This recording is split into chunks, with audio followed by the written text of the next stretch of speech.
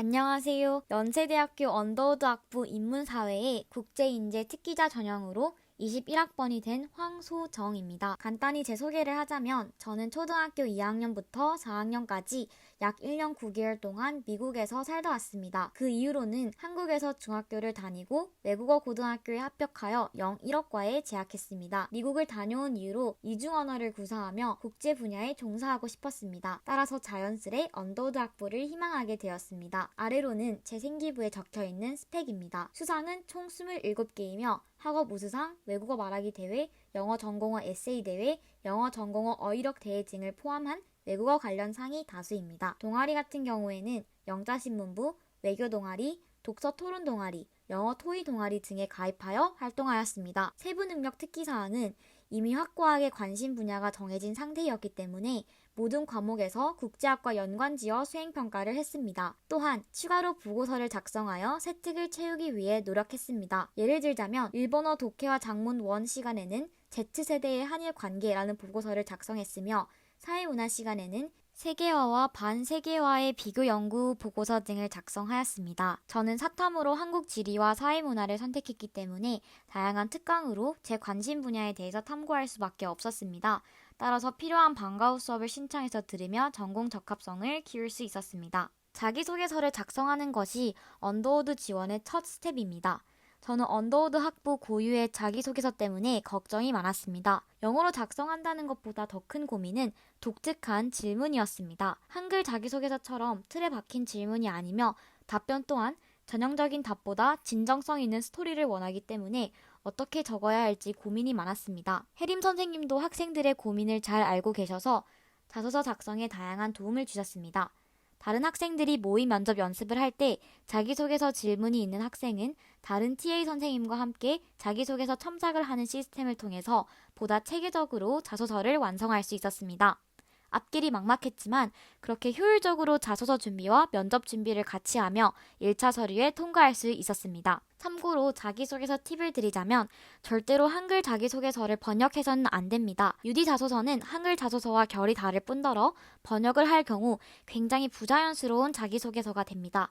그래서 꼭 처음부터 영어로 자기소개서를 작성하길 권유드립니다. 저는 지방 외고를 재학 중이었기 때문에 마땅히 특기자 면접을 준비할 방법이 없었습니다. 그래서 고민이 많았는데 우연히 혜림 선생님 유튜브 영상을 접하게 되었습니다.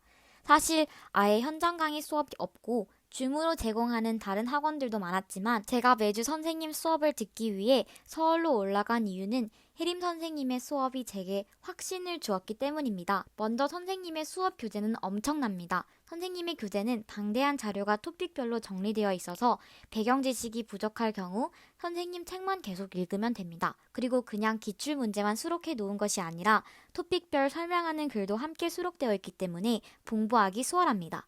저를 예로 들자면 전 경제 공부를 하지 않아서 특히 그 분야 문제에 취약했지만 선생님 교재로 경제 분야의 흠집을 보완할 수 있었습니다. 또 선생님의 수업은 굉장히 체계적입니다. 먼저 선생님과 함께 수업을 들으며 배경 지식을 공부하고 이후에 TA 선생님과 모의 면접을 하며 그 배경 지식을 직접 적용시킴으로써 장기 기억으로 저장되는 것 같습니다. 마지막으로 혜림 선생님께서는 정말 좋은 선생님이셨지만 한편으로는 좋은 사람이었습니다.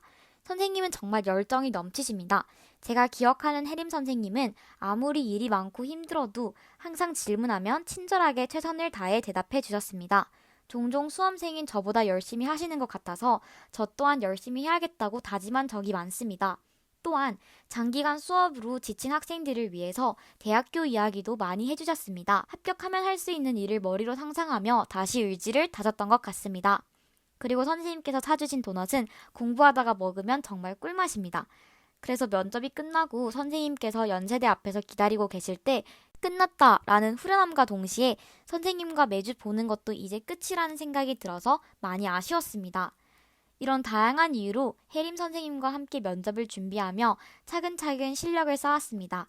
그래서 결국 합격에 성공한 것 같습니다. 제가 드리고 싶은 면접 팁은 나만의 오답노트 만들기입니다. 면접장에 도착하기 전까지는 예비 퇴실 시간을 알 수 없습니다. 뒷번호를 받아서 시간이 많이 남는다면 가져온 자료를 찬찬히 살펴볼 수 있지만 앞번호를 받는다면 다 보지 못한다는 압박감에 머리가 새하얘질 수도 있습니다. 그래서 짧은 시간 안에 볼 수 있도록 오답 노트를 가져가는 것이 좋습니다. 면접 준비를 하면서 꼭 써먹어야겠다고 생각했던 스킬이나 항상 실수하는 점을 오답 노트처럼 정리해서 A4 용지에 적어가면 됩니다.